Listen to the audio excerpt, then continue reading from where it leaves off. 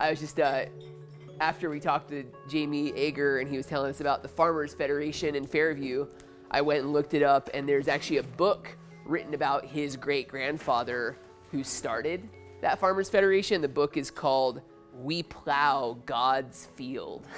Plow God's Field? Yeah. And chapter 14 in the book is all about this Farmers Federation. And I was just going to read a couple little things from it real quick because I thought they would be interesting. He says, the greatest agricultural possibilities of the mountain country, indeed, can only be realized through the growth of the cooperative movement. Until the farmers of a neighborhood far from market join in some definite cooperative undertaking, the efforts of the individual farmer will fall short of their desert, no matter how excellent his method. That was one little quote. And then another one, it's a little excerpt titled, Help Yourself. It says, everyone knows that the farmer is up against it, and the farmer knows it better than anyone else. He cannot help his children at home because he cannot offer them what they can get under the shadow of the big smokestacks. It's 1920, huh? There's a great deal of talk about helping the farmer. That kind of talk does not accomplish anything. The only man who is going to help the farmer is the farmer himself. The farmer has got to save himself, and what is more, he can do it. The one and only way that the farmer can help is to control the price of his product. At present, the farmer does not control the price of the stuff he produces. Until he does control it, he will never be safe. As a step towards controlling what we produce, we plan to put up this warehouse on the Fairview side. It can help every man in this section. It has great possibilities, but it can only do us good if we all stick to it. We have a chance now to help ourselves get ahead. So let every man in this section put his shoulder to the wheel and keep grunting. And just the very last thing I wanted to read on this is this section titled, What is Wrong with the Asheville Market? It says, the other day with potatoes wholesaling for $4 and retailing at from $6 to $7, a Rutherford farmer came into the market and sold bushels at $2. The whole market dropped right down. The trouble is with us farmers and not with the market. The farmer who sells his produce at less than what it costs to produce it, plus a fair profit, is robbing all the rest of us. As far as the writer of this article knows, no northern potatoes are shipped into Asheville until September. The western North Carolina farmers supply the market and in addition 100,000 summer visitors. The market will pay what we ask if we all stand together. If the farmers of western North Carolina only knew it, they could hold the summer market right where they wanted to. We must work toward all standing together or quit the farm. Wow. Yeah. Another place to look for inspiration is Vandana Shiva. Yeah, Vandana Shiva, yeah. Mm-hmm. In India, yeah. And someone was mentioning that, I think Patrick was, the cooperatives in India around seed sharing and plant genetics earlier, and Vandana Shiva has been one of the most incredible activists around that. Those things, how does she grow? How do they use equipment? Like, how does her farm work? It'd be interesting to read. I've been there. They plow with bulls. They don't use machines, at least when I was visiting there. Would somebody say something about this place where we are? Oh, Patrick? So this is Living Web Farms. We're a privately funded nonprofit. We actually have 3 farms in Mills River. This one is an intensive garden that's all done by hand.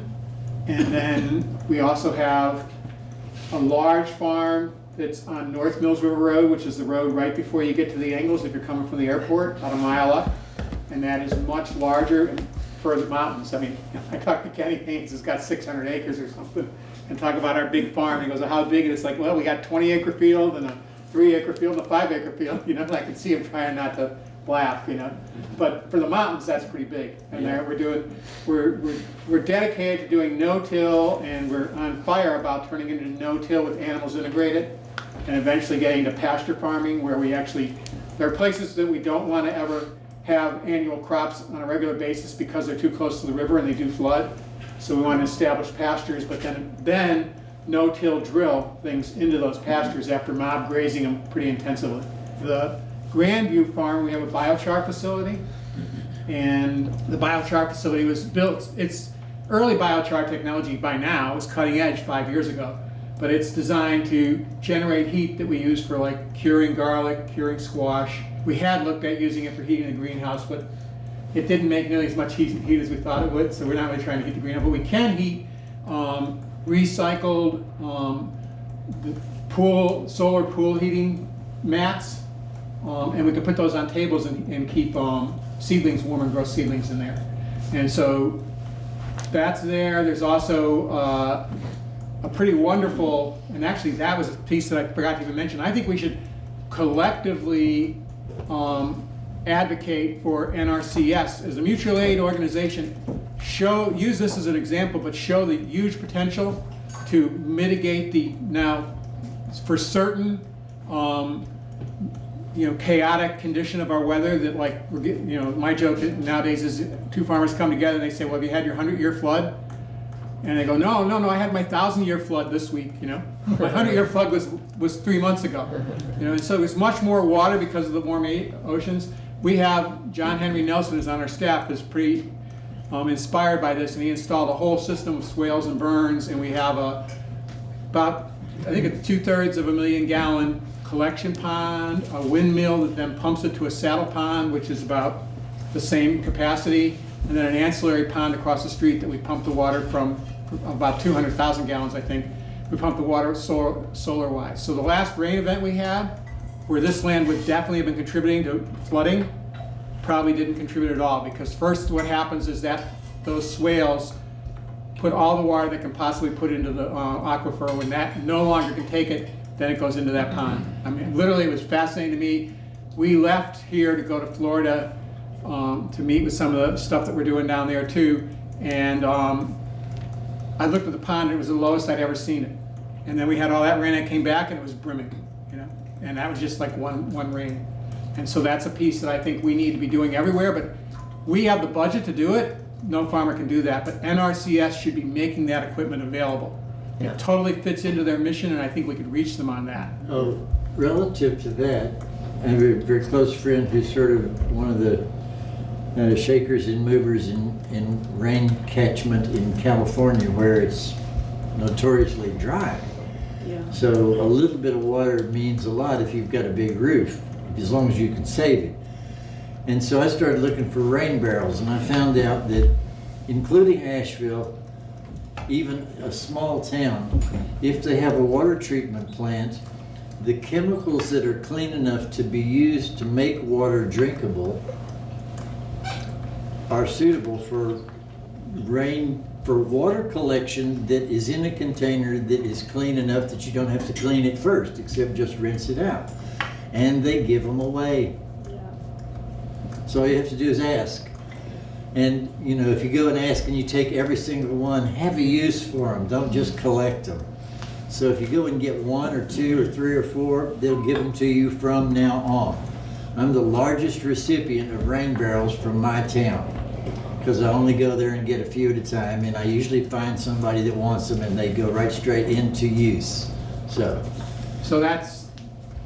that's what we're doing there, and that's also our animal farm. But we also have now, working with Oscar Brown, we have a 3-acre patch that's part of that swale berm system that's used for mob grazing that we'll probably eventually be using for pasture farming. But also, Oscar has selected and we have a couple hundred hazelnuts there.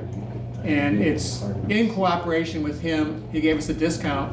And the idea is that he is going to maintain that. He's going to look and he's going to cull the ones that aren't productive enough, and he gets reproductive material for that, so he can then make it available. But he also is also into mutual aid, and the agreement is we can share that with other people too.